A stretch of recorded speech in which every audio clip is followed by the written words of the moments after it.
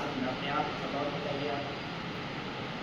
मेरा नाम सपना कुमारी है और मेरा गांव सोनीपुर है और मैं वहाँ से यहाँ पढ़ने आती थी। मंगल से उच्चतर माध्यमिक विद्यालय रतनपुरा, और मैं यहाँ पे 12th क्लास में पढ़ती थी और 12th क्लास में मेरा अच्छा नंबर आया था। मैं यहाँ से 9th क्लास से ही पढ़ी हूँ और 9th क्लास से 12th क्लास तक मैं यहाँ पे पढ़ी हूँ। और अभी तो हम लोग का परीक्षा हो गया और हम निकल गए और मेरा अच्छा नंबर आया। इसी की खुशी में मैं सर से मिलने आई। बहुत अच्छा लगा कि सर मुझे बहुत सारा प्यार दिए, ना सपोर्ट किए मेरा और मुझे अवार्ड दिए। और मैं यहाँ पर अपने पढ़ाई से कम और अपने गानों से ज़्यादा जानी, क्योंकि यहाँ पर मेरे गानों को सभी लोग सुनते हैं और आशीर्वाद देते हैं। और सबसे ज़्यादा योगदान हमारे प्रिंस सर का रहा है मेरे गानों के लिए।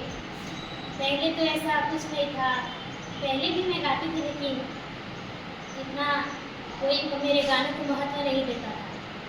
लेकिन जब से न्यू सर आए, खासकर प्रिंस सर, उन्होंने मेरे गानों को सुना और मुझे बहुत ढेर सारा आशीर्वाद दिया और बोले कि और आगे बढ़ो। और उसी के एवज में मुझे आज सम्मान मिला है स्वर कोकिला का।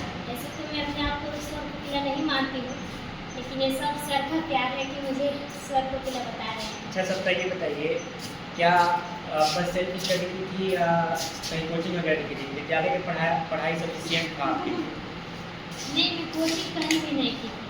मैं 10th में थी तो उसमें कोचिंग की थी, लेकिन जैसे मेरा 11th में एडमिशन हुआ, 11th में मैं किसी भी क्लास में कोचिंग नहीं की हूँ। मैं बस 11th में तो स्कूल नहीं चला था, 12th में चला, 12th में आई और सेल्फ स्टडी की और उसी के दम पर मेरा अच्छा नंबर आया। अच्छा, विद्यालय की पढ़ाई और यहाँ क्या सुविधाएं आपको मिलती थी, इसके बारे में कुछ बताइए। यहाँ पर पढ़ाई मुझे बहुत अच्छा लगता था।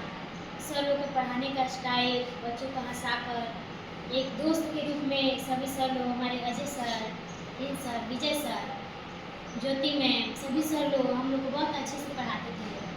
हर एक विषय को एकदम अंदर से बताते थे, जो हम लोग को समझ में नहीं आता था उसे बहुत अच्छे से उदाहरण दे देकर हमें समझा कर पढ़ाते थे। तो मुझे बहुत अच्छा लगता था यहाँ का पढ़ाई। और यहाँ पे पढ़ाई के साथ साथ हम लोग की प्रैक्टिकल भी होते थे।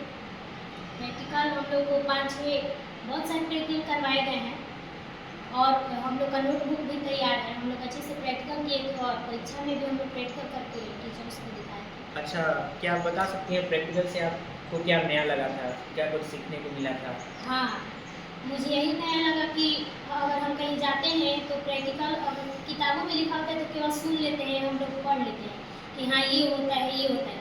लेकिन ये नहीं लगा कि यहाँ पर दिखाया जाता था वो काम करके, कि जैसे कि हम लोग प्रिज्म का वो प्रैक्टिकल किए थे तो प्रिज्म को रख के उसको देख के सब बताया जाता था और उसका रिजल्ट आ जाता था करने पर।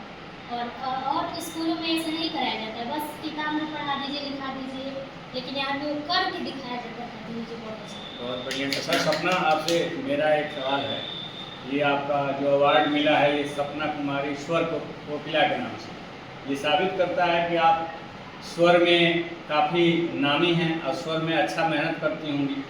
उसके बावजूद भी आपका और सब्जेक्ट्स में नंबर 74% आया है। इसके लिए धन्यवाद देता है पूरा विद्यालय परिवार आपको। और आपकी मम्मी ही यहाँ पे हैं, थोड़ा सा वहाँ ले जाओ बाबू कैमरा।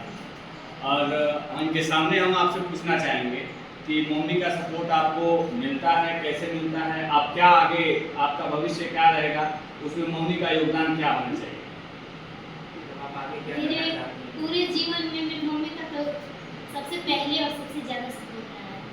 और रही बात ये स्वर कोकिला कहानी की, तो मैं तो जब छोटी थी तो मुझे क्या पता था कि स्वर कोकिला बनाएगी, क्या बनना है। लेकिन मेरी मम्मी गायिका हैं तो उनका ये सपना था कि वो वहाँ तक नहीं पहुँच पाई, तो मेरी बच्ची गाए और मैं उसको सिखाऊं और ये मेरे से आगे पहुँचे और नाम कमाए। उनका बहुत बड़ा, उन्हीं के चलते मैं आज कुछ संगीत का ज्ञान मुझे आता है और मैं उसी के चलते मैं हर जगह जानी जाती हूँ। चलिए, बहुत बहुत सपना, बहुत बहुत धन्यवाद। आप ऐसे ही जिंदगी में आगे बढ़िए और पूरे अपने गांव, समाज, देश सबका नाम ऊंचा करिए, यही ढेर सारी शुभकामनाएं